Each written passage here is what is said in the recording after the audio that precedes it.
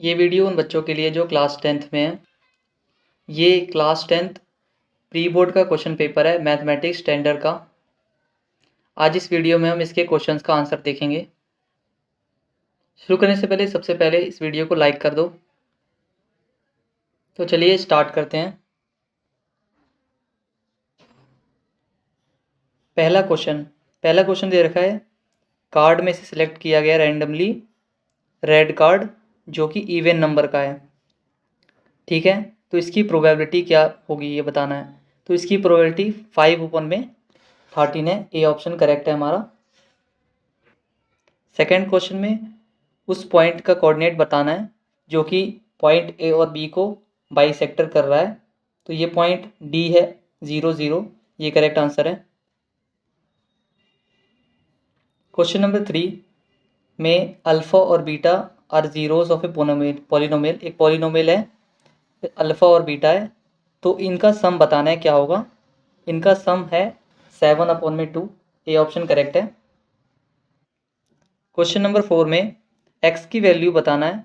अगर 2x x + 10 और 3x + 2 A B में है, ठीक है, इसका d का कॉमन रख देंगे तो x की वैल्यू आ जाएगी।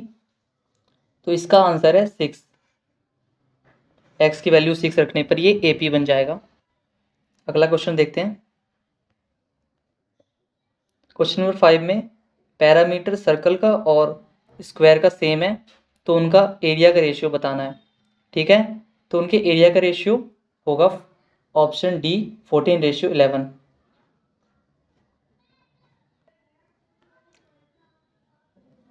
अगले क्वेश्चन में क्वेश्चन नंबर 6 में एचसीएफ निकालना है 19 और 144 का, और इसे इस फॉर्म में डालना है। तो वैल्यू ऑफ एम क्या आता है, एम की वैल्यू 18 आएगा। ऑप्शन नंबर ए करेक्ट है। और 7th क्वेश्चन में पॉलिनोमियल के 0 1/3 और -3/4 है, तो ये कौन सा पॉलिनोमियल होगा, ए। ठीक है, अगले क्वेश्चन में 8th क्वेश्चन है हमारा। अगला question, if the difference of mode and median of A data is 36। Difference of median and mean, median और मीन के बीच डिफरेंस बताना है। अगर मोड और मीडियम के बीच डिफरेंस 36 है, तो इसका करेक्ट आंसर है 18 बी। 18 डिफरेंस होगा मीडियन और मीन के बीच में। अगला क्वेश्चन देखते हैं। क्वेश्चन नंबर 9, एक फिगर दे रखा है, इसमें x expressed in a term of A B C when D E parallel to A B. D E parallel to A B क्या है, तो ये a/x, ये दोनों फिगर सिमिलर होंगे। ट्रायंगल डी सी ई और ट्रायंगल ए सी और बी सिमिलर होंगे, इसलिए डी ई अपॉन में A B equal to C E upon में ई बी होगा, यानी a/में x इक्वल टू c/में b। तो x की वैल्यू इससे में निकल सकता है, क्या आएगी x की वैल्यू, x की वैल्यू a/में c आएगी। डी ऑप्शन हमारा करेक्ट है। अगला क्वेश्चन देखते हैं। क्वेश्चन नंबर 10 में a linear equation in 2 variable is of the term of ax + by + c where, यहाँ पे a और b जो है 0 नहीं होना चाहिए। तो जिस भी क्वेश्चन में a 0 है या b 0 है, वो ऑप्शन हमारा इनकरेक्ट है। तो यहाँ पे ऑप्शन नंबर डी में जो है c 0 तो हो सकता है, लेकिन b 0 नहीं होना चाहिए। अगर a या b 0 हो गया इनमें से, तो ये 2 वेरिएबल में रहेगा ही नहीं। तो ऑप्शन नंबर सी हमारा करेक्ट है। अगला क्वेश्चन देखते हैं। Question number 11, if the probability of the letter chosen at random form the letter of the word mathematics. Mathematics के लेटर में एक वर्ड चूज किया गया है, वो वोवेल हो। तो मैथमेटिक्स में कितने वोवेल है, जितने भी वोवेल है उसका इस टोटल नंबर ऑफ लेटर से इसका प्रोबेबिलिटी निकल जाएगा, और इसे 2/2x + 1 के इक्वल रखना है। तो x की वैल्यू हमारी आ जाएगी b 9/4। क्वेश्चन नंबर 12 में ए पी दे रखा है एक, इसका 20 टर्म निकालना है पीछे से, लास्ट टर्म से। ठीक है, तो यहाँ पे a 3 ले लेते हैं हम, और d इसका 5 है। ठीक है, तो a n equal to a plus n minus one d का फॉर्मूले से हम n इक्वल टू 20 पुट करेंगे, d इक्वल टू 5 पुट करेंगे तो ये वैल्यू और a इक्वल टू 3 पुट करेंगे तो वैल्यू हमारी c 98 आएगी, यानी लास्ट टर्म से 20 टर्म 98 है। ऑप्शन नंबर सी करेक्ट है। अगला क्वेश्चन देखते हैं। क्वेश्चन नंबर 13 में एक फिगर दे रखा है, ए पी और ए क्यू और B C are tangent of circle.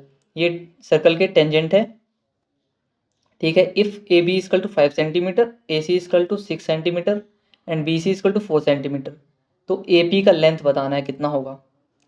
A option में 4.5 दे रखा है, A B equal to 5 centimetre है तो 5 से ज़्यादा ही होना चाहिए, 4.5 तो हो नहीं सकता।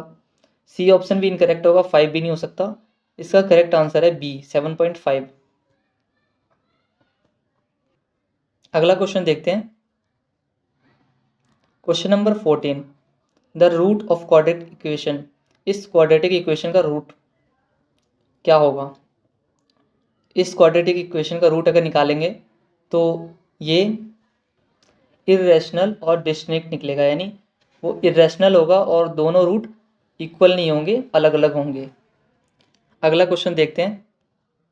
Question number 15, the value of m and n for which pair of linear equation have infinitely many solution. ये दोनों इक्वेशन दे रखा है, m और n के वैल्यू किस वैल्यू पर इस दोनों इक्वेशन के इन्फाइनेटली मैनी सॉल्यूशन होगा।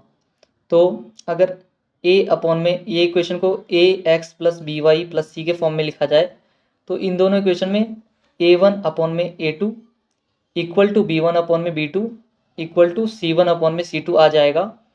तो ये दोनों एक ही इक्वेशन माना जाएगा। इसके फिर इन्फाइनेटली मैनी सॉल्यूशन निकलेगा।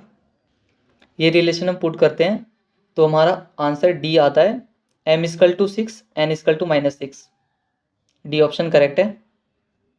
क्वेश्चन नंबर 16 देखते हैं। क्वेश्चन नंबर 16 में, in the given figure P A is a tangent from an external point P to a circle with chosen O with centre O. If angle P O B equal to 105 degree then measure angle A P ओ।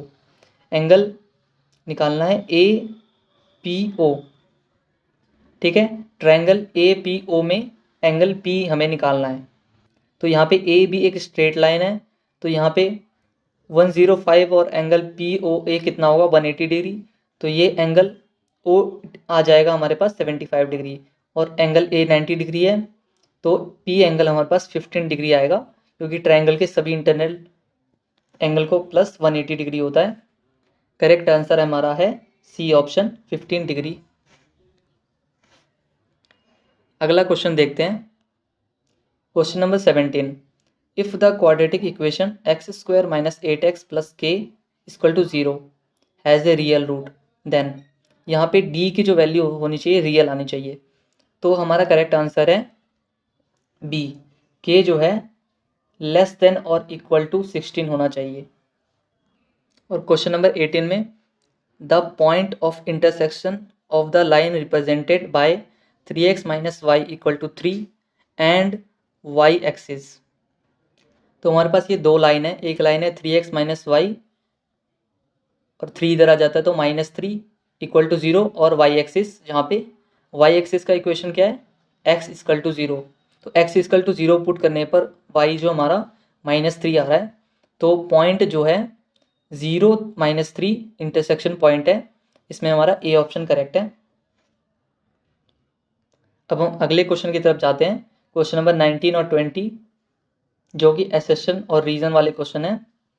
इसमें अगर A option है तो इसका मतलब assertion और reason दोनों correct है, और एसेशन रीजन एसेशन का करेक्ट एक्सप्लेनेशन है। अगर बी ऑप्शन लिखते हैं तो एसेशन और रीजन दोनों करेक्ट है और करेक्ट एक्सप्लेनेशन रीजन नहीं है ए का, ठीक है। अगर सी ऑप्शन लिखते हैं तो एसेशन करेक्ट है और रीजन इनकरेक्ट है। डी ऑप्शन लिखते हैं तो एसेशन इनकरेक्ट है और रीजन करेक्ट है, ठीक है। क्वेश्चन नंबर 19 में एसेशन दे रखा है, इफ़ द पॉइंट ए 4 3 और point B x3 lies on a circle with the centre 2 3, then the value of X is 2। अगर एक्स की वैल्यू 2 रख देते हैं बी के जगह, तो बी पॉइंट वो पॉइंट एक ही हो जाता है। तो पॉइंट सर्कल पे जो सेंटर पॉइंट आता ही नहीं है, तो सेंटर ही हो गया। तो ये ए इनकरेक्ट है, यानी इसका ऑप्शन है हमारा डी, एसेशन जो है इनकरेक्ट है। ठीक है, और रीज़न हमें देखने की जरूरत नहीं है क्योंकि आंसर पहले ही आ चुका है, डी।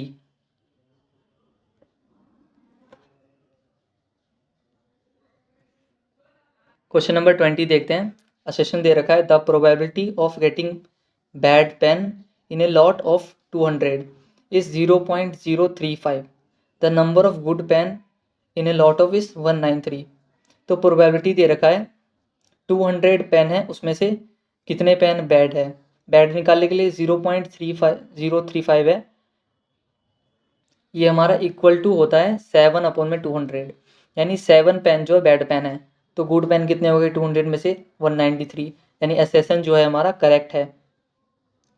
और रीज़न जो है, if the probability of an event P, the probability of complementary event will be 1 + p। नहीं, ये इनकरेक्ट आंसर है, यहाँ पे 1 - p होना चाहिए।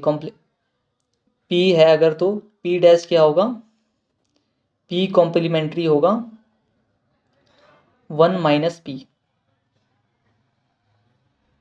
तो यहाँ पे हमारा ऑप्शन सी करेक्ट हो जाता है। असेशन जो है करेक्ट है, रीजन जो है इनकरेक्ट है। ये इस वीडियो में हमने इस पेपर के सभी MCQ क्वेश्चन देख लिए हैं। अगर आपको फुल पेपर का सॉल्यूशन चाहिए डिटेल, तो चैनल को सब्सक्राइब कर लीजिए।